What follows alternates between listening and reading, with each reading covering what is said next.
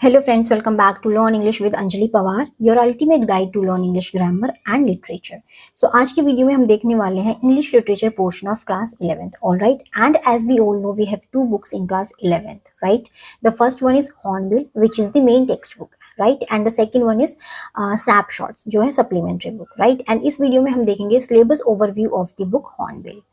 Right उसमें कितने chapters है, कौन कौन सी पोएम्स है ना, एक जो ब्रीफ इंट्रोडक्शन लेंगे जो भी इसमें कंटेंट है सभी का, right. And so without any further do let's get started.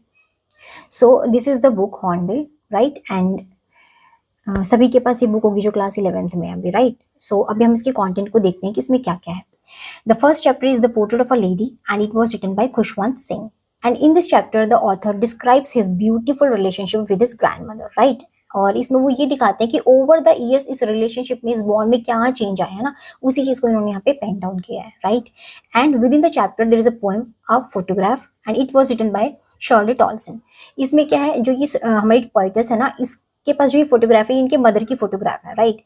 And वो उनको याद करती हैं, और जो ये मदर है ना, ये अब इस दुनिया में नहीं है, तो जो टाइम इन्होंने इनके साथ स्पेंड किया, ये उसको याद करती है ना, और उनकी मेमोरीज में आती हैं वो सारी चीजें, और फिर कन्वर्सेट करती हैं वो वहाँ पे, है ना. उसी चीज को यहाँ पे दिखाया गया है, एक मदर और एक डॉटर की ब्यूटीफुल रिलेशनशिप को यहाँ पे दिखाया गया है, right.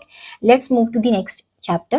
We are not afraid to die if we can all be together, and it was written by Gordon Cook and Alan East. And in this chapter ये क्या होता है कि इस पे जो थीम है ना टुगेदरनेस का, इसको हाईलाइट किया गया है कि अगर हम एक साथ मिलकर है ना, हम कोई भी ऑब्स्टिकल को ओवरकम कर सकते हैं. सिमिलरली यहाँ पे जो स्टोरी है वो एक फैमिली है जिसमें मदर है, फादर है, एंड उनके दो बच्चे हैं. एक बहुत ही स्ट्रॉन्ग स्टॉर्म आया है, उसे सब कुछ खराब हो रहा है, लेकिन जो वो फैमिली है ना, वो सक्सेसफुली इस ऑब्स्टिकल को क्या करती है, ओवरकम करती है, क्योंकि यहाँ पे वो टुगेदर है ना, एक साथ है, इमोशनली भी अटैच है, इमोशनली भी कनेक्टेड है, और वैसे भी, राइट. सो यहाँ पे जो ये एक साथ रह के किसी भी ऑब्स्टिकल को ओवरकम करने की जो ये थीम है, इसको यहाँ पे दिखाया गया है, right. Let's move to the next chapter. The third chapter is discovering truth, the saga continues, and it was written by A.R. Williams. और इस चैप्टर में क्या है कि एक इजिप्शियन किंग है टुट, उनकी डिस्कवरी हुई, उनके बारे में पता लगा है, तो उन्हीं की हिस्ट्री को पढ़ा जा रहा है ना, और उन्हीं की सागा, उन्हीं की जो स्टोरीज है, जो भी उन्होंने किया, उसी चीज को यहाँ पे मेंशन किया गया है, right. And within this chapter there are two poems, the laburnum top and it was written by Ted Hughes. इसमें क्या है कि इसमें एक ट्री है एंड बर्ड है, उनके जो एक रिलेशन है उनके बीच में, एक इंटरचेंजेबल रिलेशन कह सकते हैं इसमें, या फिर एक्सचेंजेबल रिलेशन की. ट्री के पास कुछ ऐसी चीजें हैं जो वो बर्ड को दे रहा है, बर्ड के पास कुछ ऐसी चीजें जो वो ट्री को दे रही है, तो एक रिलेशनशिप मेंटेन हो रखा है, वो उस चीज के बारे में यहाँ पे डिस्कस किया गया है. And the next poem is the voice of the rain and it was written by Walt Whitman. इसमें क्या जो वॉइस है, साउंड जो है ना रेन की, उस पर बात हुई है, और जैसे एक ड्रॉप होती है ना रेन की, उसका फॉर्मेशन कैसे हुआ, राइट, और उसे जो जर्नी कवर करी है कि वो फॉर्म हुई, इसके बाद वो नीचे तक कैसे आई है ना, क्या क्या चीज हुई उसके साथ, वो सारी चीजें यहाँ पे मेंशन की गई है, right. And let's move to the next chapter.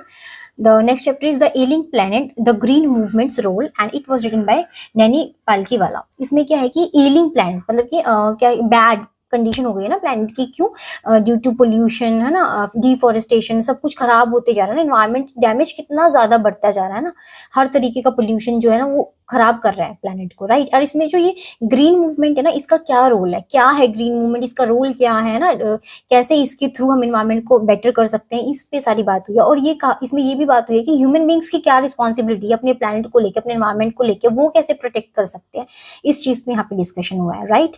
And within the chapter there is a poem childhood and it was written by Markus Natten. इसमें क्या है, जो हमारे पोएट है ना, ये अपनी ही बात बताते हैं कि जब वो छोटे थे तब जो था ना, तब सब कुछ बहुत अच्छा था, राइट. लेकिन जब वो बड़े हुए तो उनका ये जो पर्सपेक्टिव है ना कि सब कुछ बहुत अच्छा है, दुनिया बहुत अच्छी है, ये चेंज हुआ है ना, society.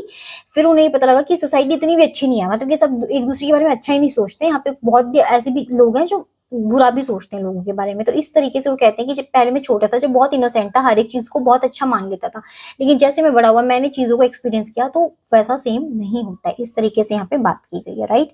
The next chapter is the adventure and it was written by Jayant Narlikar.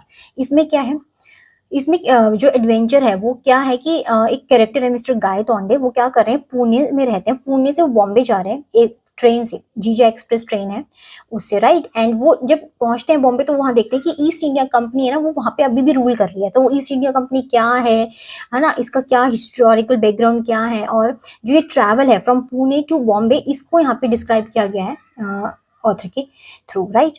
Let's move to the next chapter.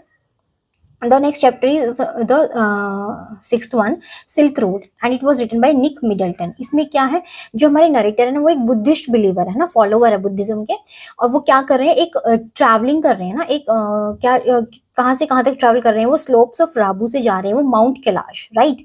ये जो ट्रैवल है ना, इसका डिस्क्रिप्शन यहाँ पे है इस ट्रैवलिंग का। वो जा क्यों रहे हैं वहाँ पे, टू अटेन हिज कौरा। कौरा क्या होता है, एक मेडिटेशन प्रैक्टिस होती है, वो उसको करने के लिए, राइट, ताकि वो एक पीसफुलनेस है ना, इनलाइटनमेंट जो होता है उसको अचीव कर सके, उस चीज के लिए वो वहाँ पे जा रहे हैं।